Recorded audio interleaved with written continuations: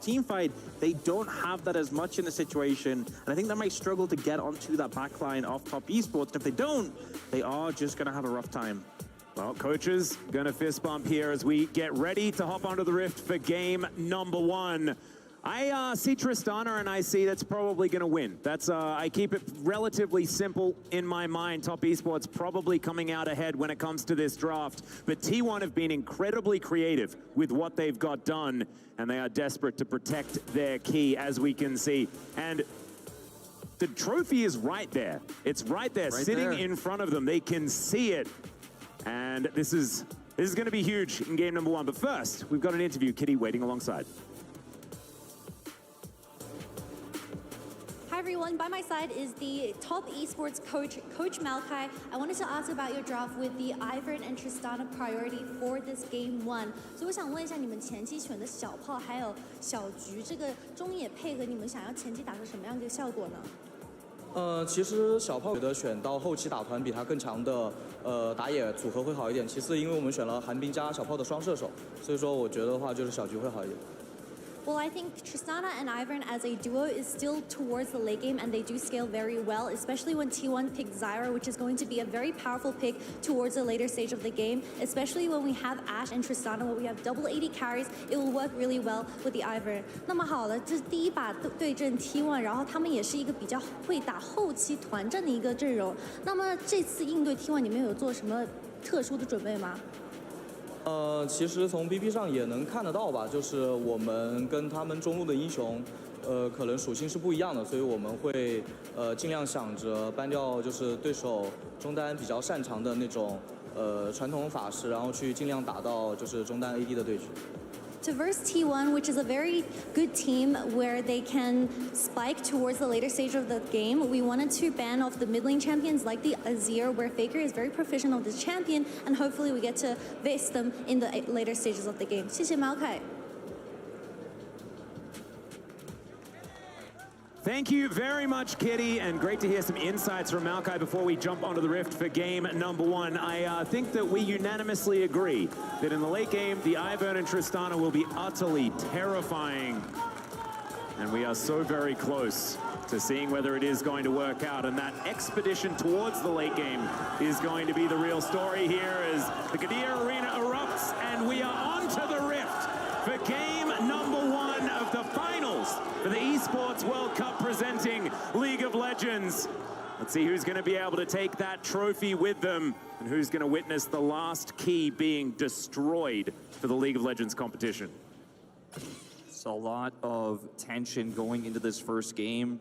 And one thing to keep in mind as we head into this very first early game, the level 1's, you know, just a bit of a 5-point start here.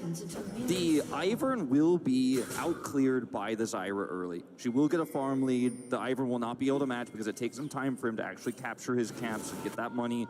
And that is where Owner is going to have to utilize that small advantage. When you already have this Renekton top side here, I do feel like top esports have a lot of power to control those early grubs. So that's what I really have my eye on in this game. You get those early grubs for top esports. Just on the side lane threat is something that T1's draft does not match right now, really in any way. So I think that's going to be a huge goal. As Zeus taking some early damage as well. That's the power level on Renekton.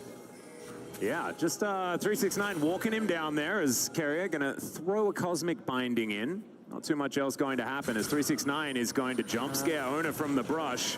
He does step on the plants as well. That could really delay the start, but he might have to, yeah, get himself out of here. Is going to be able to do so safely, but sacrifices a whole bunch of his health bar as he makes his way back towards the top side. Was it worth it? I don't think so, you know, but to be fair, I'm not sure Zeus is going to have that much pressure in this matchup. He does have the Doran Shield, does have second wind, so it does drastically slow down Owner's clear. I guess we'll see whether it works out being worth it in the end.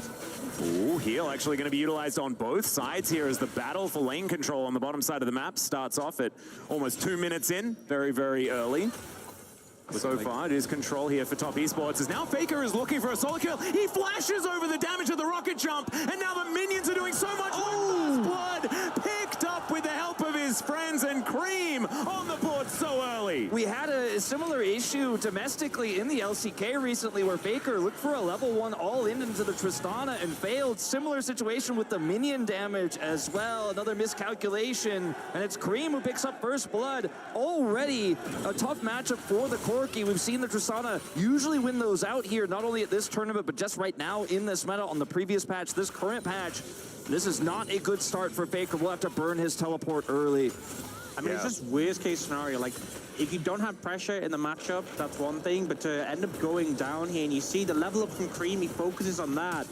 The stats are coming, the extra health and the rocket jump does force Faker to flash away from it, and then he gets enough distance, the bomb and the minions to the whip. He has the brush as well, and Faker on the other side doesn't have a brush for cover, so can't actually get away from the minion damage, whereas Cream is able to walk it out. Really nice decision there on the angle of flash. He'll trade teleports, but this favors Cream because now he has a longsword advantage here and can continue to push Faker back. If he trades aggressively, Faker won't have a teleport the next time he needs to come back to lane.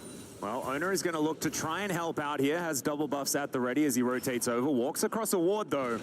And Faker looking to try and get some damage down while he can with his jungler in the mid lane. So T1 trying to get back some control, but you can see the gold lead starting to stack up as the magical journey is very short. Cosmic Binding's going to come through still. The flash forward, and Tien is going to help Mako try and lock down this kill onto the bar. There's the last auto, and there's the second kill for Top Esports. So much value coming out, and now Guma is in so much trouble. He has sums, but no one there to help him. This is a really easy dive.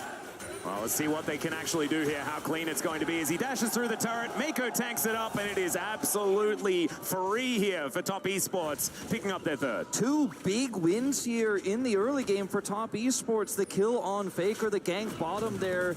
And unfortunately, Owner just nowhere to be seen on the play. A little bit of a slowdown coming through from 369 on his top side start.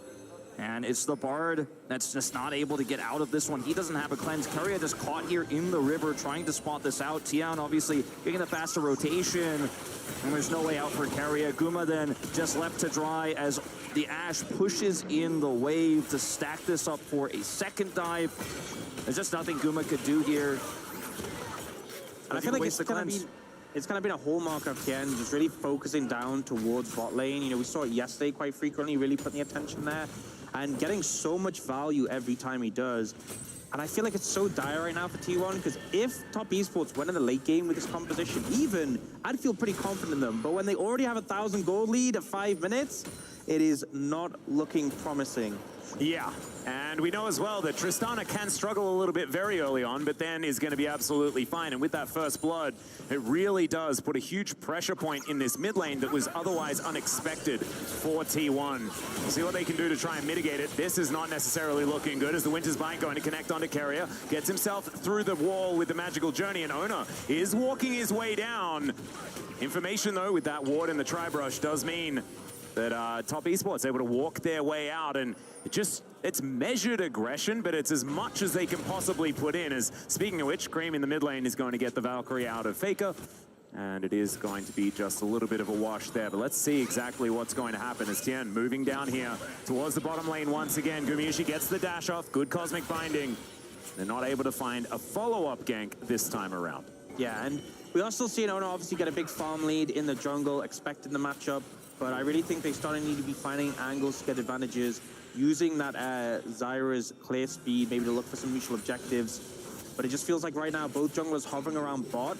The lane is still very playable for Guma and Keria, even though they're in a disadvantage. But another good gank from Tian, and it could just be over. Yeah, really like the measured aggression. Atlas was, explaining how it's very careful, it's very aggressive, and it forced a reaction on T1. T1 handled it very well. Guma didn't have to cleanse there, even though the Azure was coming through. Mako committed his heal even, but it sets up for a follow-up, keeps Owner on the bottom side. And then guess what? This is the top side grub control I was talking about here. Tian starts up the first 3. Renekton has top side control. Faker's losing the mid lane matchup. You're winning all 3 lanes. Your objective of choice is going to be those top side grubs. Stacking 3 up already puts Tristana in a great spot, and this puts a lot more pressure on T1 for the second one. Owner coming over here now. Faker rushing over as fast as he can potentially to help contest this, but with the Renekton so close by, it's going to be tough. Looking for a smite. Yeah, Tian moving in. There is the smite, so Owner is going to pick up one of them. 369 getting in here. There's the grasping roots as Daisy pops up. And she is going to help out taking this final grub. That is going to be that, 2-1. So T1 at least managed to get that boost of experience there by taking one of the grubs, but this is still a Tristana with a potential 5. Honestly, Owner being down in experience, not having the ult, might have been a big factor on why they ended up backing away there, because they had more members on the map, but didn't have the confidence to go for it and make it work before more members of Top Esports got there. But Top Esports, they can be happy with what they got. That Dragon is still up and available, so definitely the next objective to look towards. Yeah, let's see who's going to be able to get their mitts onto that one. As Jackie Love flashing away from Guma. Level 6 before Jackie manages to get there. And that is a very scary Zeri. I really like the early flash to come through, respecting what she can possibly do here. As Cosmic Binding not going to find too much as Mako turns back up again and will help Jackie as he clears up these minions. Yeah, and you know, they were able to get that really important ward in the Dragon Pit. They also have one just to the right of the Tri-Brush. That's why Mako wasn't there. That's why Jackie Love had to flash, but it's not all for nothing because they do get some additional vision here of T1. We'll know some more about their Dragon setup. And you have to really respect that level 6 Zeri all-in angle when you don't have your defensive arrow. Even with the barrier there, could have been Guma getting enough of a lead to take the Dragon. Now, with Cream still in control in the mid lane, they can contest. I think that's why it just feels so rough right now in this game, because typically, you know, the Corki with the power of the Gatling gun, that's the lane you'd hope you'd have the early prio, but like bot and top were always going to be at a deficit in the early levels, just due to the power of both the Ashe and the Renekton's laning. And it just feels like T1 are kind of desperate for a point of pressure right now in their lanes. And as a result of that lack of pressure, they haven't been able to make a move towards that Dragon. They obviously lost out when it came to the Grubs overall. And with this pressure, you can see bot and mid. They're going to try and make a gank happen, though. Yeah, Carrier comes on over with a magical journey, flashes through the Winter's Biters. Now Jackie Love's in so much trouble. Gumayushi's going to pick up the first one for T1. And that's exactly who you want the money going to. As now Tien looking to try and answer as Faker under his inner turret. That's a very optimistic gank, but they're still going to get so much free time with this outer. They want to get something out of it. Unfortunately, Daisy not going to have the same explosive impact as the ult coming out from Owner. That's how you want to use that. Meanwhile, Faker... Oh, yeah, arrow comes in. Owner is going to turn up, though. They do manage to get the plants out as Cream. He's slowed down, but he's out of turret range, and that is going to be the successful kill onto Faker. Tien sets up the shield onto Cream, who rocket jumps over. He's going to be absolutely fine, and Top Esports still come out ahead. Yeah, it looks like it was going to be really unfortunate there for Top Esports. T1 getting the return play, punishing Jackie Love's flash that he burned earlier from Guma. But then with that mid play, Top Esports more than happy to make that trade. Really big issue for Faker right now, the pressure being applied to him, plates being taken by the Tristana, that kill as well, and now the Dragon secured. Top Esports getting everything they want. They really do. It looked like maybe Faker was going to get out scot-free with just the cost of maybe a plate and some minions, but going down eventually there.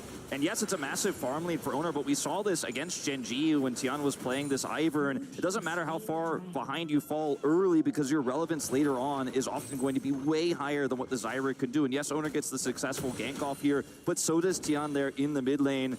We'll go back to this arrow, launched from the main base here. It's a Hail Mary. If it doesn't hit, then you back off. But if Faker gets caught by this, it's an easy kill. Owner trying to shadow this, but unfortunately will not be able to offer anything back. Faker's super frustrated, had the flash available, but didn't use it. He's had more impressive flashes than just not flashing at all when an arrow comes through. I think we've all seen the videos, so not quite there on that one. Still will have it for the next fight if it does actually come up. It might have been that he thought he could possibly survive with Owner in the area. Still, T1 holding on in this early stage of the game. It is not quite up to 2,000 gold, the lead for Top Esports, but as we've said already, we do like their chances as this game goes on. T1's going to have to find some explosions here in the mid-game. This is not necessarily looking like it's going their way, though, as Zeus fighting with 369. Daisy gets amongst it. She should be able to get a knock-up here as the flash comes in. The all-out is down as well, but I think Zeus is going to struggle to get himself out of this. Does get the shield back, but still, he's going to be taken out. Teleport a little bit late here, but it's still coming through as Faker wanting to clean this one up. The big one comes down. Flash comes out from 369. There's another rocket does come on through, but Daisy is just being so frustrating here for the Yordle. Does get the 50 gold, but Tien is still chasing after him. A few more autos. There's the flash. It doesn't matter. Tien just gets it. Man, the power of Daisy in that skirmish, and it's just so frustrating to deal with. The constant damage, blocking your abilities. 369 managed to survive and get away. And this turret mid. With the red just orders down, and yeah, red is mid lane is doomed as well. 2 turrets, 2 teleports, a kill in the top lane, and Daisy helps get it done. And guess what? They're also going to get the Void Grubs. They have full control over the map. 5 grubs to this Tristana, who's that side lane threat. Nothing is T1-sided in this game as Zeus tries to pull him in with the all-out, but just ends up getting chunked down. 369, so much damage output, and then Faker coming in with a late teleport here. It's so late that 369 can then flash this, and look at Tian getting the root here, allowing 369 to get out, even giving the brush just in case. He's got those empowered autos coming through as well with this brush, and Faker just doesn't have the damage. See you later. It's so frustrating to get walked down by an Ivan with red buff and just autoed to death as he's like prancing about. But yeah, I mean, it's such a rough spot to be in. The Corky really falling behind, and especially when you know you're playing in the Trish, you're playing in the Ivan, you know you're going to struggle in the late game. You already have the Moonstone coming through for Tian and a Kindle Gem on top of that, 4 stacks in the Dark Seal. He's already going to have so much value in these skirmishes, and particularly when you are behind for T1, you know, if you want to try and play around the pick potential of the Bard potentially, you're going to have a really hard time cutting through those shields already. Yeah, it's looking real dicey. Zeus up here, fighting with 369, continuing to do so. Doesn't quite find the third Q there as the minion wave is going to be shoved in. And yeah, I think Zeus knows that he's not going to be able to get towards that turret. I think the only shining lights here for T1 are Gumayushi, the fact that he was able to grab that only kill that T1 had picked up. Also, some plate gold going his way. And I think Ona with the extra damage potential could be an avenue in some of these fights if the Tempered Fates are good, because they can really disrupt, allow that Zeri to start to get going, and maybe that's the opportunity. The thing is, I don't know whether they're ever going to get to team fights. You're exactly right, Wolf. Like, he's just destroying all these turrets. It's a second turret. He picked up so many plates. He just cashed out a coal. He's got unlimited money at 14 minutes into the game as the plates fall. He doesn't care. 100 gold. Yeah. Then now Zeus isolated here. Faker has to come over. Yeah, and meanwhile, under the bottom side, it is going to be 369. Oh, he catches the arrow, and Jackie Love is able to take down Ona from downtown. Oh, that's just unfair. They're still able to keep pushing forward, but that is damage done.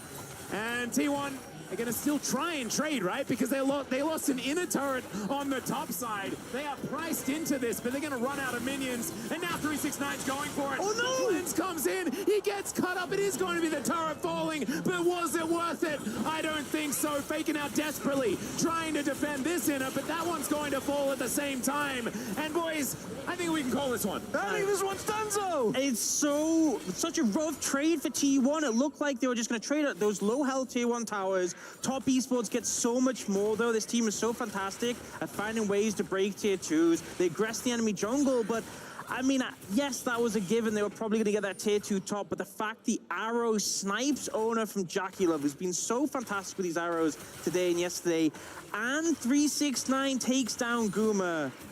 It couldn't have gone worse for T1. Yeah, the fact that he had turret aggro when he gets hit by the arrow as well is just absolutely insane. We're going to have a look at it one more time here.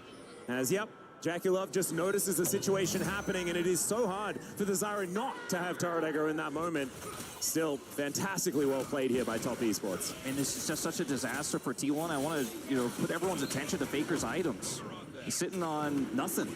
And his opponent, his lane opposition, is on 2.5, looking to get a third very soon here. Tristana is so much more relevant, can take these turrets out so quickly, give further map control.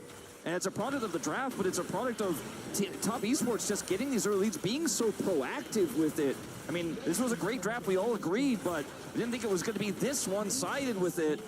Nearly 6,000 gold, the advantage here at 16 minutes. Yeah, I mean, they've just completely slaughtered it. And the fact that the Tristana is so strong and the Ivan has a lot of gold, now they are looking for 369 on the top side, but the wave's gone. Yep, it's a lot of people up here. And the Crocodile, like you say, doesn't have a lot of minions to contend with, but there is Shelly that's going to pop her way in. An arrow is going to sail by as the magical journey is going to be there. Carrier gets his way out with the magical journey, but meanwhile, on the other side of the map, Zeus is getting the same treatment. He does have access to his all-out as Tien looks to try and get him. There's the kill in the 1v3. The man still got it as he dashes over the wall. Still, Cream's got a rocket jump. He'll be able to follow it up, but a 1-for-1 in the bottom lane and a 1-for-0 in top. Yeah, and it's going a lot better for T1 now. On the back of that, they should be able to get this Tier 2 in the top lane. They got the Tier 1, they answered back with a kill on the bot lane, so it's something at least, but still in a huge deficit. Yeah, nitpick, you know, I guess Cream could have maybe tried to buster shot there, but it's tough into Gasante with his unstoppable. Doesn't end up saving his ally there, but Zeus trades one back. He's getting a lot tankier in this game into this double 80 carry composition. Ivern doesn't offer a lot of magic damage, just a lot of shielding, the redemption, the heals. He's essentially a secondary support in this game, so Zeus is going to be a big threat if we do get later on into this game. It's going to be very difficult to deal with this Cassante, so that gold, absolutely relevant. But Faker is so far behind, we really need to see him get some gold. He needs to get some gold injection here in a team fight. Perhaps picking up a kill or two could really help him catch up, because that's the unstoppable force. It's not really the secondary 80 carry, the bot 80 carry. It's the mid 80 carry that's level 13 right now, heading towards a supreme late game. That's a big problem, and no one can really deal with